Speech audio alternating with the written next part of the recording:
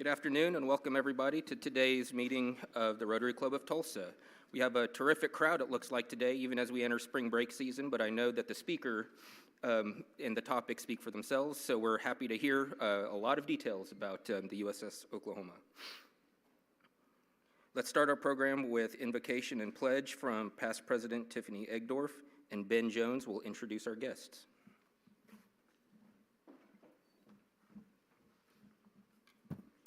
Just for you today, an Irish blessing. May the raindrops fall lightly on your brow. May the soft winds freshen your spirit. May the sunshine brighten your heart, and may the burdens of the day rest lightly upon you. And may God enfold you into the mantle of his love. Amen. Please join me in the pledge. I pledge allegiance to the flag of the United States of America and to the republic for which it stands, one nation under God, indivisible, with liberty and justice for all. You may be seated.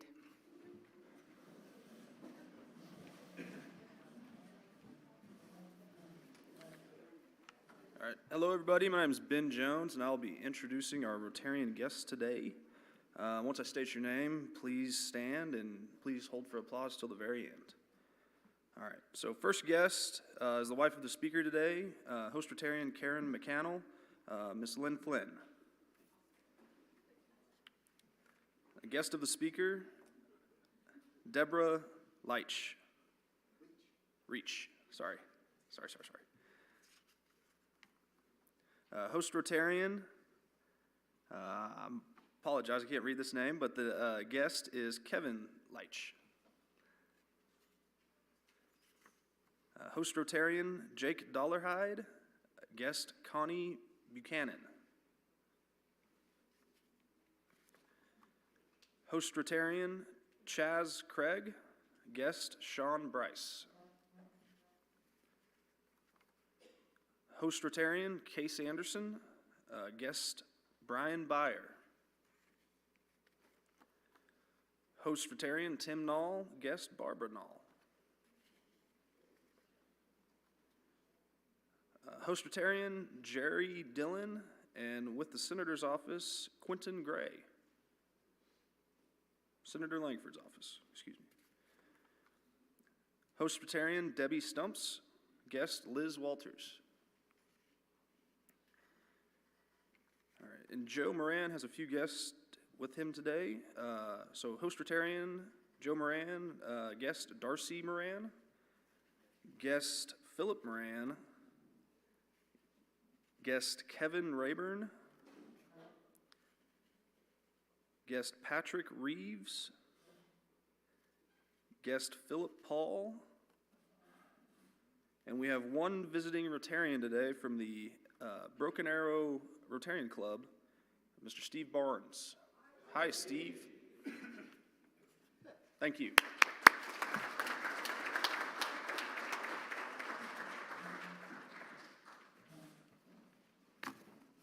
Welcome to all our guests. I commented to our speaker earlier that nobody comes here to see me, and I think today proves the point. On May 4th, 1987, the U.S. Supreme Court ruled that the Rotary clubs could not exclude women from membership. Following this landmark decision, the Council on Legislation voted to remove that requirement that limited membership. Only months later, on August 5th, 1987, the Rotary Club of Tulsa inducted its first female members, Gladys Harrington and Paula Marshall. Harrington was a retired co-owner of Harrington's Clothing and was a dedicated patron of Tulsa's gardens and parks, playing a key role in the creation of the Azalea Gardens at Woodward Park. Marshall was CEO of Bama Companies. She became the second woman to join the club. In 2006, Linda Bradshaw made history as the club's first female president. Karen Keith later served as the 100th president in 2013, followed by Rhonda Hayes, who led the club during its centennial year in 2014. And as we all know, we have been served well by several other female presidents, including past President Tiffany Egdorf. Let us recognize the women of Rotary, and specifically the women of the Rotary Club of Tulsa.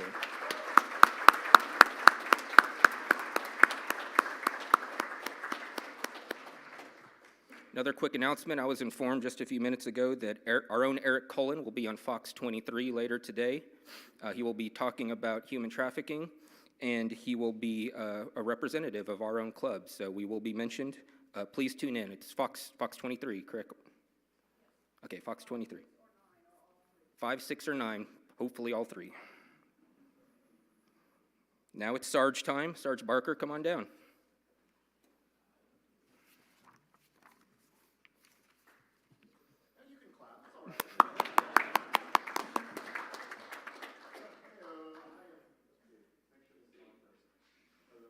Hello. Hey, there we go. Hey, I'm your host, Sarge Barker, a.k.a. Derek Frazier, and welcome to another afternoon of the Price's Rotary. Now, before we begin to unveil our future contestants for next week, I do need to clear up a nasty rumor that's been going on. Some people are saying that this is not my real hair. Why are you guys laughing? Anyways, though, I do want to address, absolutely, this is my real hair, but if it wasn't, just for the sake of argument, I need to know who wore it better, me or Uncle Lewis from Christmas Vacation. I need a cigar, but I think it would work pretty well. All right, let's take a look at a few of our potential contestants for next week. Kathy Gurrell. Kathy, are you here today? Can you stand up for us? Happy birthday. Now, Kathy, if you could remain standing, because you told me that you were actually, was it born on March 5th, but your birth certificate says March 6th, the day later, right? So which day do you typically celebrate? All month. That is the correct answer right there. All right. Colonel Bill, are you in the house today? Can you stand up for us? Let's give him a round of applause.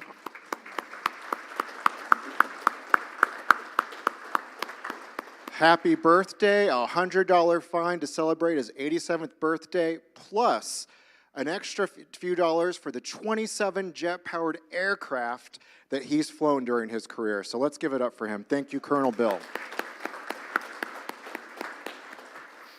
Now, those were just a few of our contestants, but you can still play next week by donating or paying a Sarge fine. Next week, we will be playing the clock game. All right, and if there's anything else that you need to make a fine, you know who to call. Thank you so much.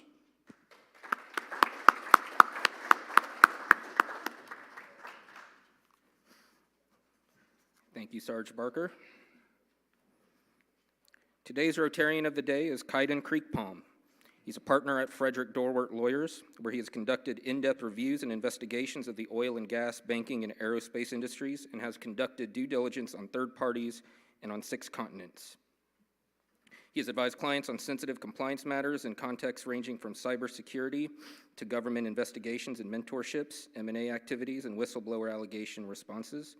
And he's led the development of effective compliance programs, including writing policies and procedures and conducting training programs for business people, executives, and other attorneys. Kaiden has 3 times been selected to work with senior executives at large international companies, first to the Dubai headquarters of Pan African Bank, second to Global Aerospace and Defense Company in France, and finally to serve as interim chief compliance officer for a US-based natural gas company with global operations. Please welcome Rotarian of the Day, Kaiden Creekpalm.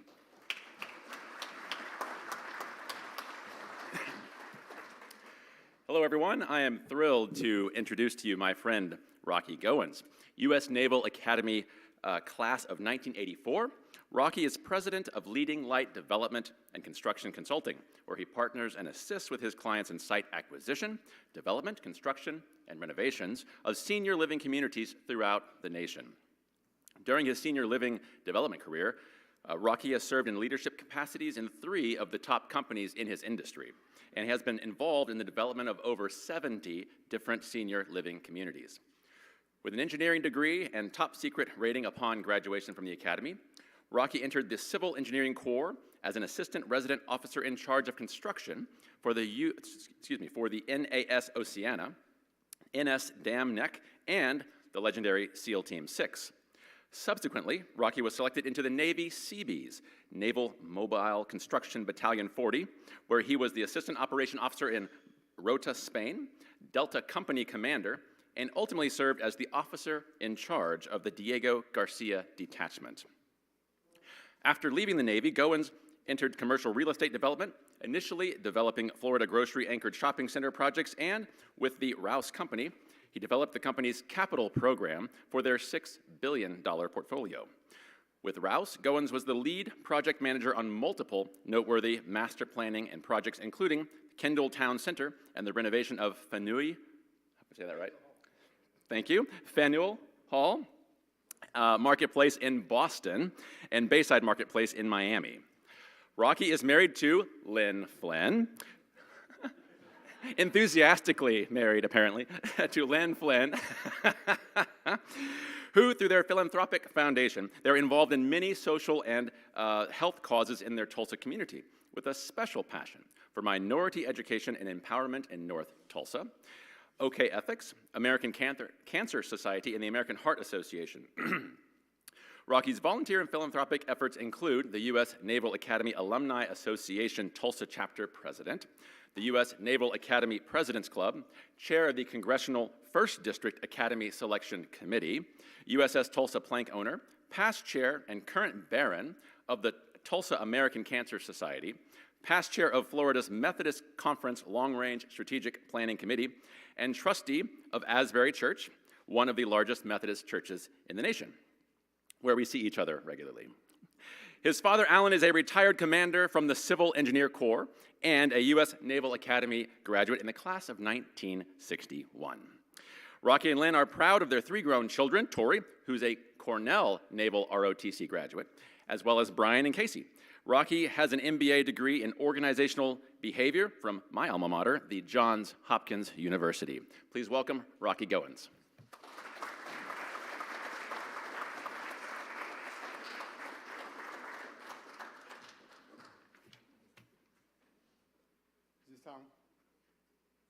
We good?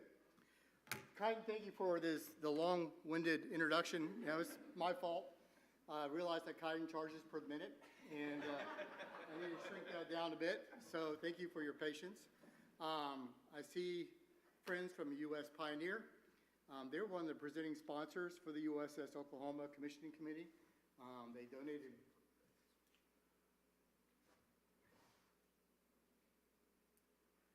donated $100,000 for the U.S. Oklahoma Commissioning. And thank you. Yeah, that's a big deal. And McElroy Engineering also is a presenting sponsor. They're here today, but they too donated $100,000. So we're very grateful for the patriotism of both and leadership of both companies.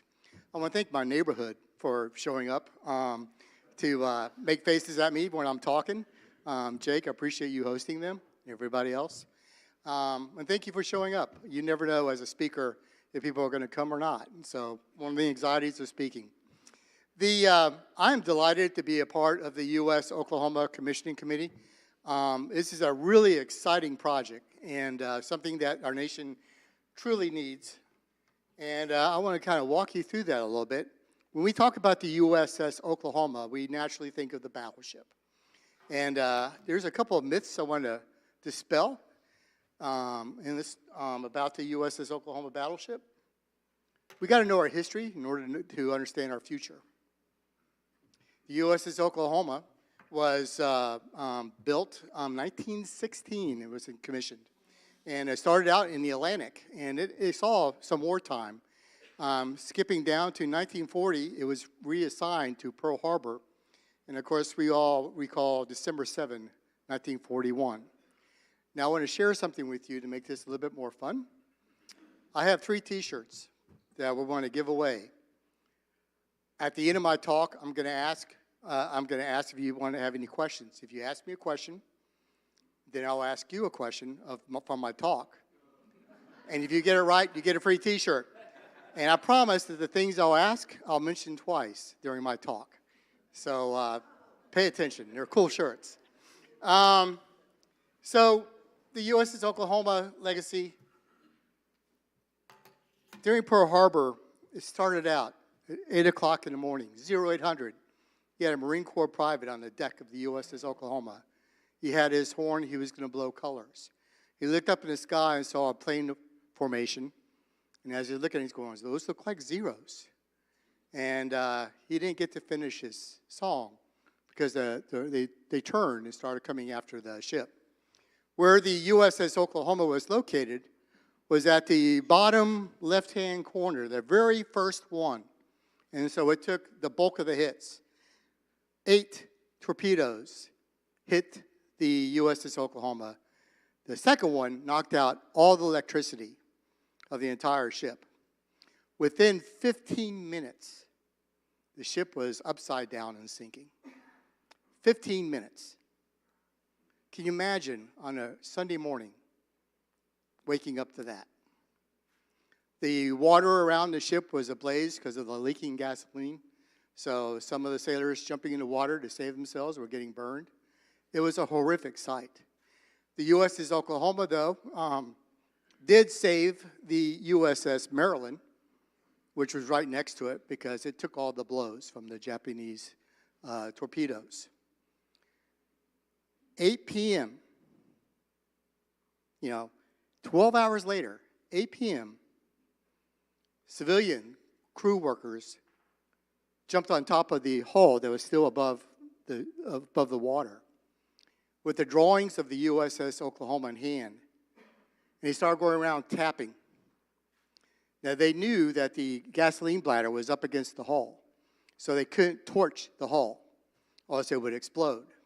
So they physically, when they got a tap back, they were starting to manually cut the hole just big enough to jump in real quick and save the people that they were hearing tapping. And as a result, they were able to save 32 sailors by doing this. But can you imagine the fear as the water's rising, you're in pitch blackness, and the ship's completely upside down as they're racing to try to get to the top. And then when they cut the hole, the air escaped and it made the water go up higher. It was a nightmare that night. We lost 429 sailors. Okay, I like you to just kind of remember that number. 429 sailors that night. That day, that night, were lost. So that is what was really a miracle about Pearl Harbor is within 90 days, we had every ship back in commission but 2. Japanese weren't expecting that kind of recovery. I mean, you got to be proud of the Americans to be able to recover so quickly and to come together to get the ships back in action. The USS Arizona, the USS Oklahoma, they couldn't resurrect that.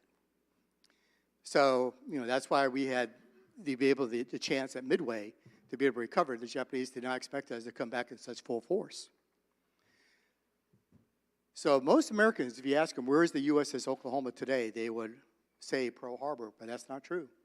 During the war, they were able to turn the ship back right and fix the holes. After the war, they started towing the USS Oklahoma back to San Francisco for more repairs. And right in the middle Pacific, at a secret location, the USS Oklahoma decided it was time to rest. And it started sinking. And it started dragging the towboats under the water. So the sailors of the towboats reluctantly cut the lines quickly to watch the USS Oklahoma go to rest. I can't tell you how, but we were able to recover a ladder from the exterior of the USS Oklahoma, which we'll be using in gifting to the crew of the new USS Oklahoma. So let's talk about the USS Oklahoma. First, I'll talk about the boat. It's a nuclear attack, Virginia-class Block 5 submarine. Why Block 5? Block 5 is the technology that makes the submarine super quiet. It's new, high-tech technology. Well, this would be the most quiet submarine in the oceans. This is really the point of the Trident for attack. It carries 12 Tomahawk missiles. They will be launched in 2 tubes. And we have special high-tech torpedoes. Something I found was fascinating is, do you know on our Navy ships and Navy submarines, we don't own the missiles or the torpedoes? We lease them. When we shoot them, we buy it from the manufacturer. The Tomahawk missile is really amazing. It's an amazing missile. It has with a radius of 1,000 miles. It's technology. I had a professor at the Naval Academy, and he was the one that was part of the team that created the Tomahawk. And so in class, he was talking about the system analysis of how it should work and how it's going to happen. And I was just fascinated as a student. And here, 40 years later, I'm talking about it. But when they shoot it, it follows the contours of the ground over the buildings and all that. It's hard to stop, super fast, and it is so accurate. It's not being aimed at a building. You can target which window pane you want it to go through. That's 1,000 miles, and they can be nuclear tipped. So when you read like the Wall Street article a few months ago, when Iran was talking about bombing Israel and have a full front attack, You may remember we had an attack submarine pop up in their bay, just briefly, and go back underwater. And then Iran stopped talking about going after Israel. And so, they know how lethal it is. And quite frankly, right now, the world you're seeing a huge race in building submarines. Why is that? The nuclear missiles with our satellite program can be seen. The silos are located. The trucks that carry the missiles are located. The only platform that you can't see where the missiles are our submarines. And so Russia's busy, crazy, trying to build it. Chinese, they're trying, but to be quite frank, they're not as good as ours. You may have read in the Wall Street Journal where one sank just a couple months ago in their bay. It was brand new. And so they're trying really hard. China is becoming very aggressive. The president of China has actually commented in his New Year's address. He anticipates having Taiwan be a part of their country in 2027. And so that's the talk of the Pentagon. And they are pushing to get these out prior to that as a deterrent to stop that kind of madness. So it's fascinating. But let's talk about the people. That's really the best part of the submarine. I mean, yes, the submarines would fill a football stadium. Its mission is going to be anti-submarines, because the best way to track a submarine, to locate a submarine, is another submarine. So this silent submarine can carry the Navy SEALs. It's going to have a crew of 132 people, and it can carry 150 people. So the difference is the Navy SEALs. They could come in, they'll go into a port, they can't be detected, and the Navy SEALs can do what Navy SEALs do. We talk about drones. You hear drones all the time, but what we don't talk about is the Navy drones. Some of them look like manta rays, electric, silent. They could deploy mines, they could do reconnaissance. They're really a fascinating drone. So this is can also deploy drones. So this submarine will be carrying, the top secret missions. The sailors of a submarine are introverts, like me. They're not ones that go to the bar and go, well, we did this yesterday. They're not that way. And the sailors of the USS Oklahoma, some get to come twice a year to Oklahoma. I hope you get a chance to meet them at a reception. Submariners are highly intelligent. They're dealing with a nuclear program, a nuclear plant that can light up the city. There was a discussion, I was talking to Pierce Norton. He went to the Secretary of Energy in Washington, D.C. and said, why don't we use these nuclear plants for the cities? And they said, because it is so secret how we build it, we can't let our enemies, our adversaries, know how we build it. And so they're greatly shielded. The USS Oklahoma's nuclear reactor is built. So we have a crew of, right now it's gone up to 95 people where we have security protecting the nuclear reactor as we're gearing it. The boat is being built in two different places, Groton, Connecticut, and Newport News, where it will be finally assembled and will be launched and christened there. There will be, let's talk about the crew a little bit more. Can you imagine living underwater for 2 months? Think about that. They don't have Wi-Fi. They don't really know what's going on in the world that much.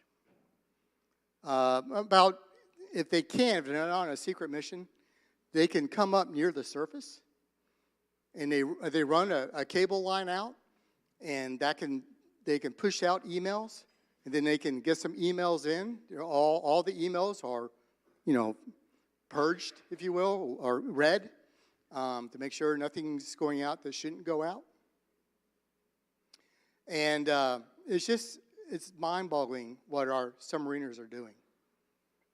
And it's also very, the income they make, especially the first couple of years, is minimal. They get housing, they get food, but the cash they bring, they don't get hardly anything. The tuition, the Navy doesn't pay for any tuition for a sailor until the first 3 years.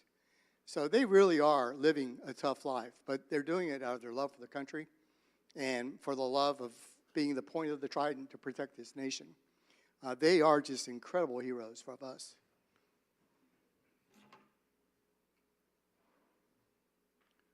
But that's what she will look like. That's a Virginia class as well. Again, it's going to fill up a football field. The skipper is Commander Aaron Stutzman. He's an amazing guy. He just received his doctorate degree. This past year, he just got selected to be a captain. He'll be rotating out of the USS Oklahoma Command in November. They have not selected who his replacement is yet, or if I would say they haven't announced who the replacement is yet. He's pondering if it's going to be a woman. This submarine is being built for co-ed crew, and we've had enough years of having ladies in our submarines that for the first time, when this thing is being, when this will be finished, we will have one lady that is got all the experience to become a captain. So we don't know if it'll be her or not, but we're at that point now where we have raised the leadership of ladies, with it being Women's Month, that they can, in a year from now, they'll be qualified to be in charge of a nuclear submarine. So we have a crew of 95. I got to update that. It's no longer 70.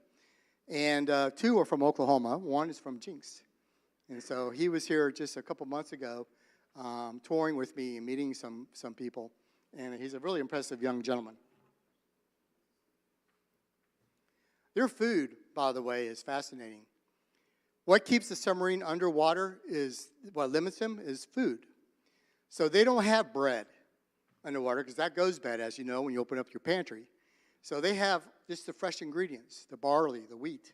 That's what's in a submarine. And then they make their own breads. They make their own pastries and donuts. It is the best food on a Navy ship or out in sea. They are fantastic cooks, which is why in the White House you see a lot of submarine cooks, chefs, serving the President of the United States, because our culinary experts on the submarines know how to do everything from scratch, cakes and everything else.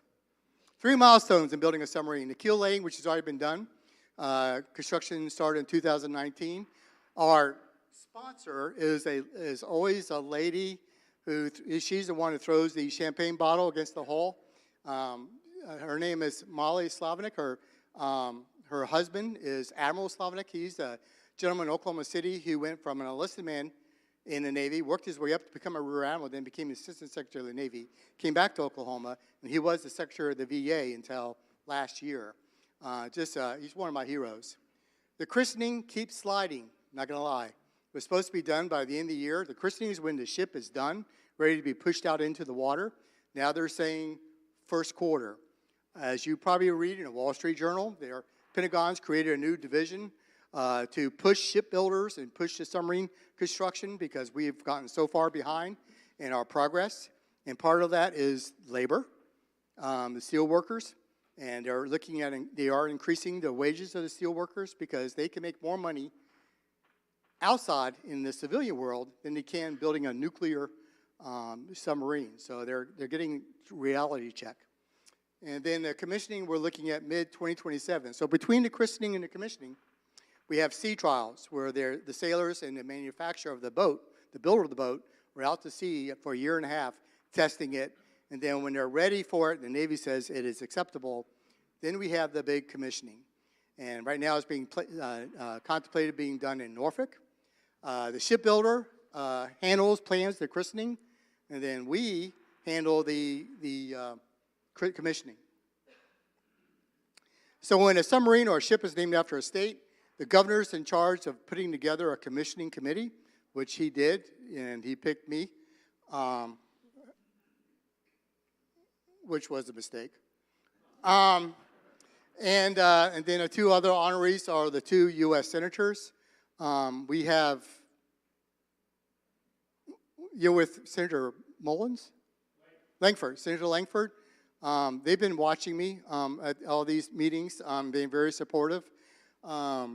I have Senator Mullins. There's an app that they use to message that can't be decoded, can't be intercepted.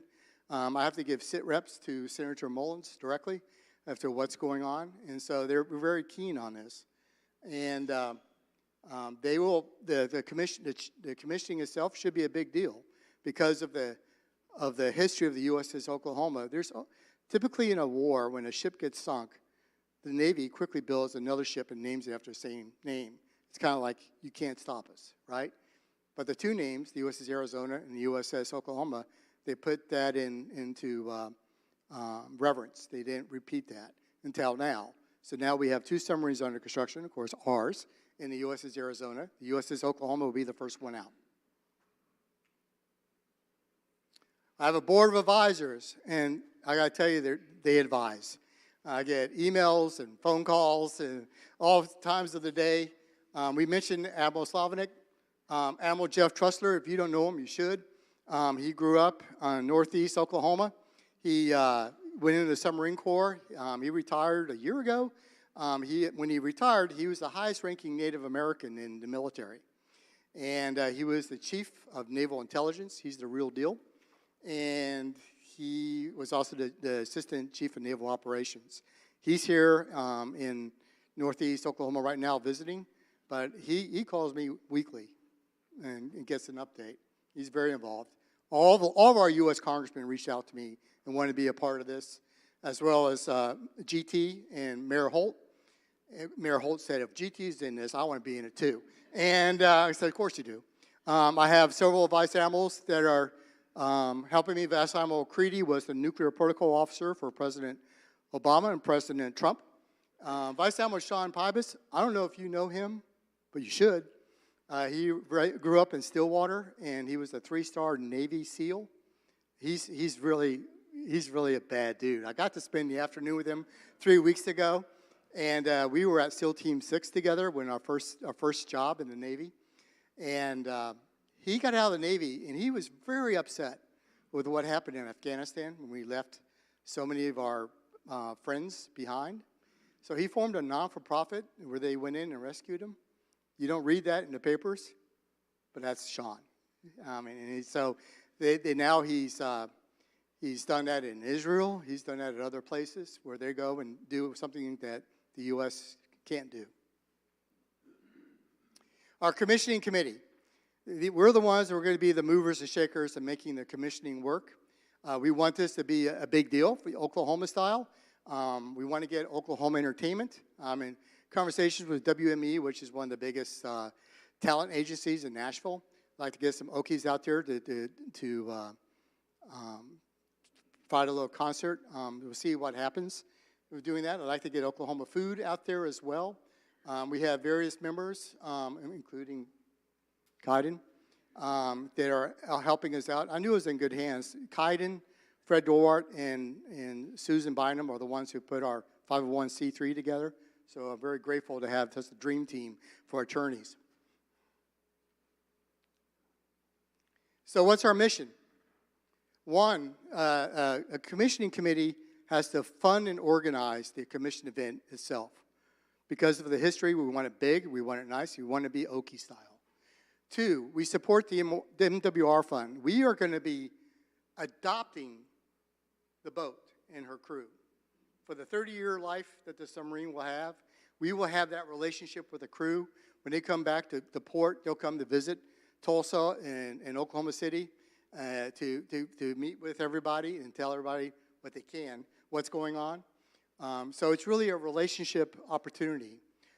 We want to develop a perpetual scholarship fund to bridge that gap for when the sailors are underwater and have time to do so, to take college courses.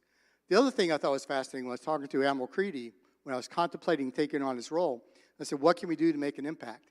There's only 5 colleges in the country that provide courses to submariners and forward military engaged officers and enlisted men.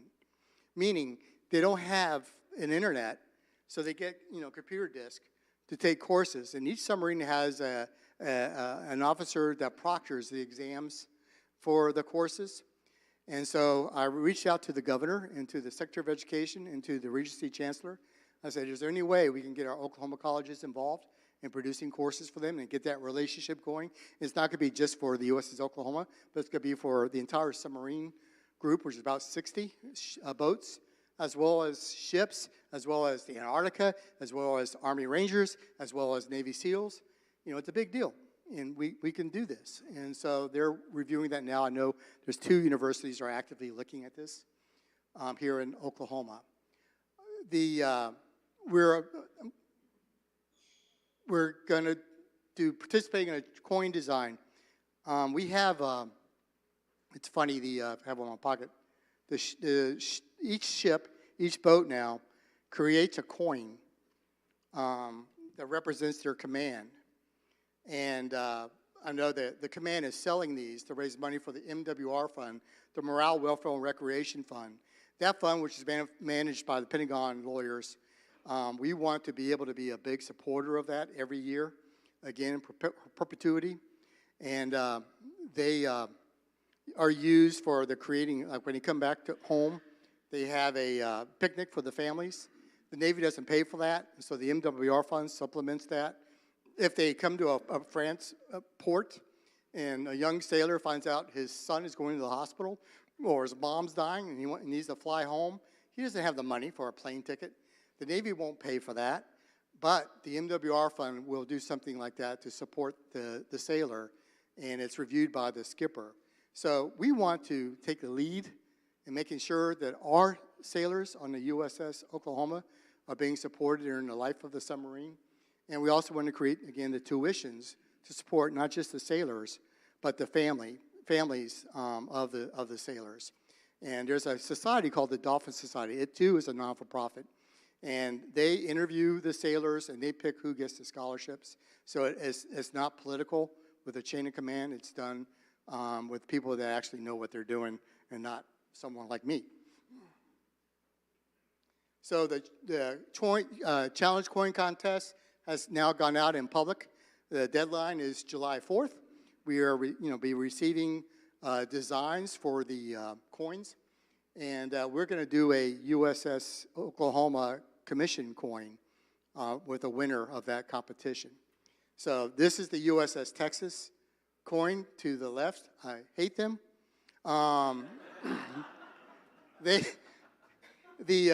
The person who's doing what I'm doing right now is some lady named Laura Bush, and she had a help of a guy named George W. Bush, and they raised $2 million. It was a record for them.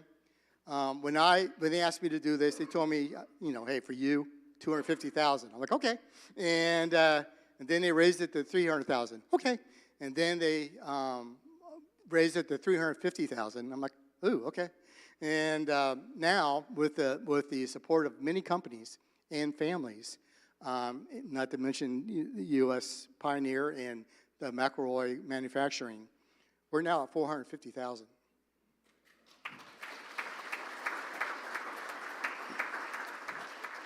And so, I really want to set our sights on $1 million because I want to be able to know that those sailors know that, when they're picking which sub they want to go into, they're going to want to go to the U.S. Oklahoma because we're going to take care of those sailors. They're going to be Okies, and they're going to be part of our family. And we're going to have that relationship for the 30 years. That's Submarines in Action. So, I'm not going to solicit, but there's an opportunity here. Let me go back one more real quick, if I can. Okay, I cannot. But their crest is what I do want to go back. Look at the words in the corner there. This is not going to be on the exam. Taque ad victoriam. It means in Latin from silence, victory. How appropriate for the Block 5 submarine with the highest technology. But I also want to point out something else. Count the letters. 4, 2, 9. The sailors of the USS Oklahoma came up with this to reflect their respect for those lost on the original USS Oklahoma. So the buckle that you see here, that they created that as well. I'm wearing one. The all gold is the officers. The gold silver is the chief petty officers, and the all silver is the enlisted. They have the starboard port green red jewel in it. So when the crew comes in to visit, they got them in your pockets. Hit them up, and you could buy one from them. And that money goes to the MWR fund. So I appreciate your patience. I'd love for you to join us to become a plank owner, but I'm not soliciting. Let's have anybody have any questions? Yes, sir.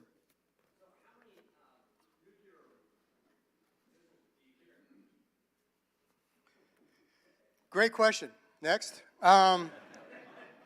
That is top secret. And it's also top secret if the submarine is carrying a nuclear missile or not. The boomers, they're big submarines that go out and they just do circles in the ocean. They carry the nuclear tip. Everybody knows they carry nuclear tip missiles. But the Virginia attack submarines, you don't know if they're carrying nuclear or not. So I got a question for you. How many, since you like missiles, how many missile tubes are there on a submarine? No. Want to guess again? 2. I'll lay this here. Any other questions? Yes, ma'am. Rocky, well, first, thank you for, Rocky and I were having a conversation months ago, and I said, hey, would you like to come speak? So thank you for coming today. Thanks for the invitation. Question, because it is the USS Oklahoma, when they're on the boat, is there anything that reflects Oklahoma, or how, just the name, or? Yeah, I really appreciate that because you're calling me on the carpet because I really wanted to mention that.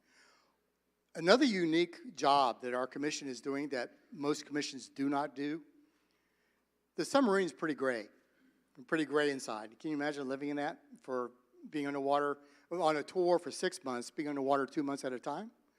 So the Pentagon gave us permission to decorate 3 rooms. And you know our KKT architects, they were very quick to say, we'll help. So we're going to design 3 rooms. The officer's wardroom, which also makes shift for the surgery room, the enlisted men's mess hall, and the chief's mess. So we're going to create the enlisted men's mess hall to be able to have game boards. All 3 rooms will have elements of Oklahoma, so they know it's a great place to relax and enjoy, and play games, have meetings, and just feel like a nice place to go, like a cruise ship, if you will, instead of the stark gray. So when the Pentagon gave us permission to do this, the skipper of the USS Oklahoma came in, and we met with the architects of KKT. He walked away very impressed, and it was a no-brainer to get it approved. Pull some strings with the admirals we have on staff. And so I'm excited about that. And so I got a question for you. How many men and women are on a submarine? How many will be? Yeah. 150? You're right.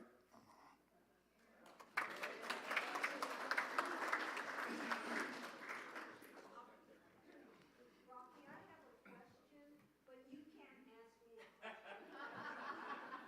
Yes, Judge. Given the situation in China and Taiwan, and I understand just from reading a lot of information that we're behind in making these submarines. So how many are they planning to make, and what is the timeline for getting these done? If you know, or if you can reveal it. What I can't answer is we wanted to do 3 a year. We're talking about doing 2 a year. I think the truth is we're actually making 1.3 a year. So hence, the Pentagon is creating a new division to crank it up and get going. And like we talked about, I think, my personal opinion, we missed the boat in how we are hiring our workers out on the ship docks. During COVID, we pulled a lot of money back, and prior to that, we pulled a lot of money back. And then when President Trump came in towards the end, he kicked money back in. That money, again, this is my personal opinion, went towards the executives, kind of went to the overhead, but then trickled down to the the welders. I'm biased. My son-in-law is a nuclear welder who worked for the Navy. That's how my daughter met him. And he said, so we would hire other outside welders to come in to support us, and they're making 3 times more money than we do. He says it's ridiculous, and it was a morale issue. And so right now, there's a focus on that, and we're going to correct that. So I'd like to see it get up to 2. Yes, sir. He's standing and waving.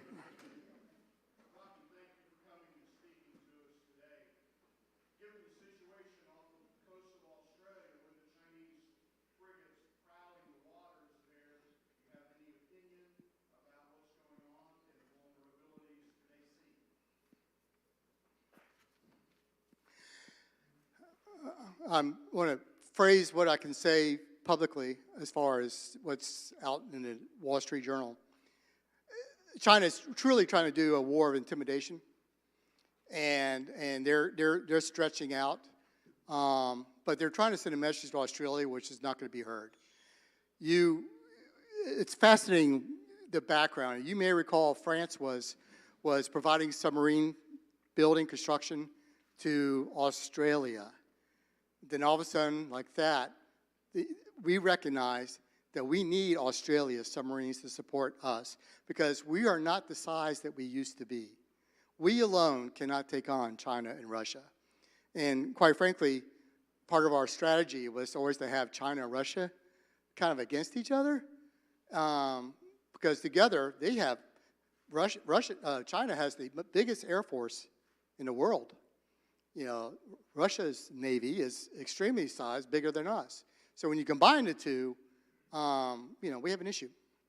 And so we need to have that ties with our allies. And so having Australia step up their submarine construction campaign and their Navy campaign is a big deal to us. We want to make sure and help them with that.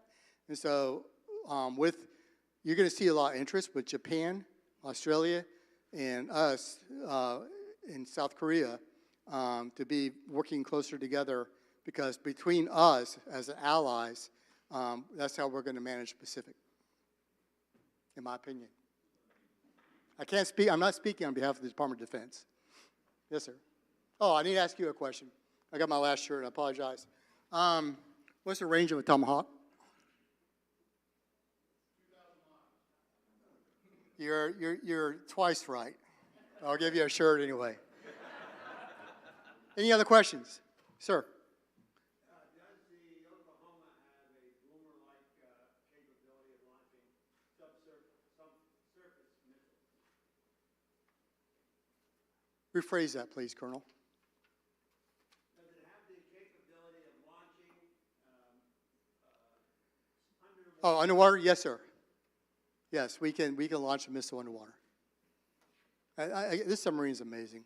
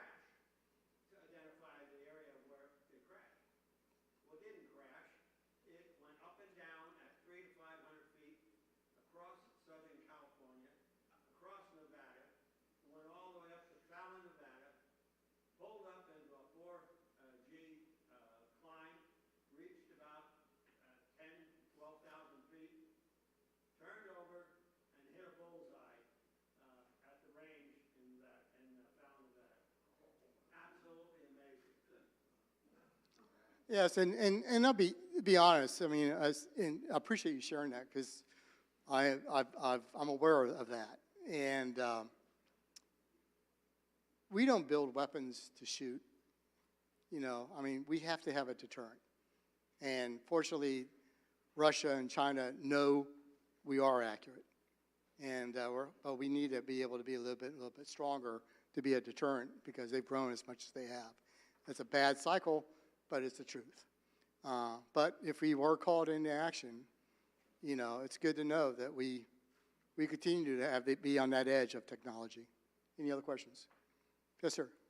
You were mentioning France, and you didn't say anything more, okay? But France, to me, thinks, you know, Europe, okay? Are we getting support from Europe, and what are we getting from France? Oh, you guys are really good. Yes, I mean, France was bad, and what I'm saying is you could read in the Wall Street Journal that we took the contract to build the submarines. In fact, my college roommate is very much involved with that, Vice Admiral Creedy. However, NATO is a very important, we need NATO. NATO needs us. And I'm not going to go into politics. I'm not going to tell you if I like Trump or don't like Trump. You know, however, it's become very aware this past 2 weeks how important we are. When we, you know, turned everything off, you know, everything pivoted. And so we have been saying for some time we're carrying the load for NATO, and it's time that the rest of the countries step up and do their fair share. So I am thankful personally that the European countries understand that now. And they are stepping up, and they're going to be raising more money, and they're going to, we're going to see them increase their military wares. You saw their stock of the European armament manufacturers shoot up. It needs to be done, because we can't do this alone. It would be an economic catastrophe for us to do it alone, and our allies have to step up. So message was delivered, and I believe the message was received, and that's Rocky Goins' opinion.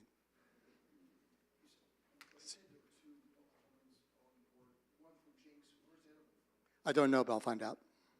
He's asking me where the other Oklahoma sailors from, and I need to find out. Yes, sir. Thank you. I only found out a couple of weeks ago, and it's probably obvious to everyone else in the room. Can you explain the origin of the term being a plank owner? The origin of what?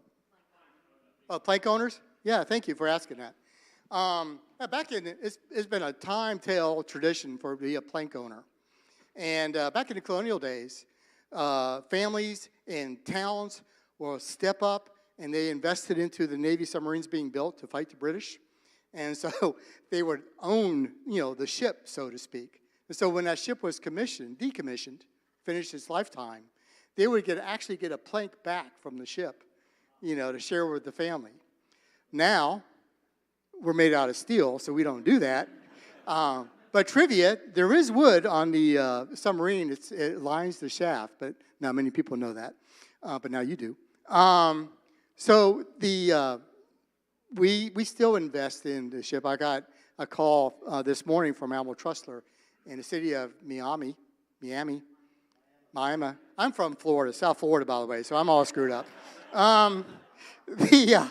The mayor told them they want to be the first town to become a plank owner, to support the USS Oklahoma, and I was really touching.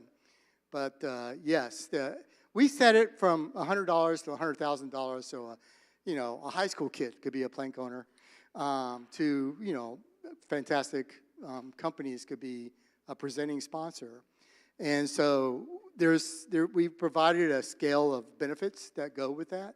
But that's been a tradition of the United States Navy. Thanks for asking that. Thank you.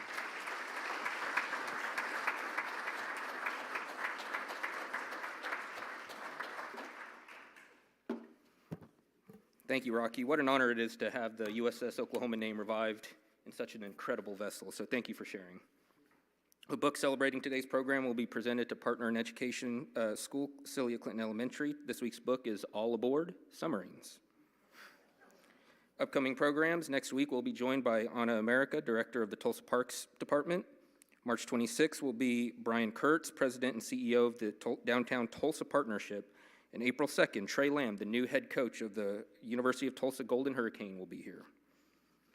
Special thank you to our gold sponsors, Tim Knoll, Weeby Trees, Max Electric Supply, Jack McGlumphy, Coldwell Banker Select, Sheree Gardner, OK Ethics, Mary Lytle, Farmers Insurance, Dave Bryant, and Ellsworth Construction, Ryan Katarchi. Silver meeting sponsors, J.D. Young, Doug Stewart, Trust Company of Oklahoma, Michael Hairston, and Allen Edwards Incorporated, Chip Edwards, and bronze sponsors, Hearts for Hearing, Kaylee Clark, Interim Healthcare, Joe Johnson, John Croissant, Allstate Agency, John Croissant, and Lewis Roofing, Kevin Lewis and Ken Freeman. Committee meetings today, the Board of Directors will meet in room 231, and Camp Enterprise will meet in room 232. In light of today's theme, I wanted to close on the story of Ted Williams. Ted Williams is a Major League Hall of Famer. He played mostly in the 1940s and 50s, and he was the last Major League hitter to average over 400 for an entire season. He's one of two and the only Hall of Famer to be drafted and to serve in 2 different wars. He was a rookie in 1939, and in 1942, he was drafted and served in World War II, where he missed 3 full seasons of Major League Baseball, and he returned in 1946. 6 years later, in 1952, he was again drafted and served in the Korean War. He missed most of the following 2 seasons. The Boston Red Sox agreed to pay his $85,000 salary during those two years.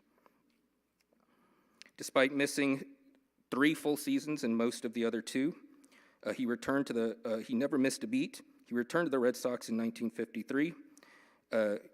In his military career, he flew 39 combat missions. He was hit 3 times, and the very first time resulted in a crash landing.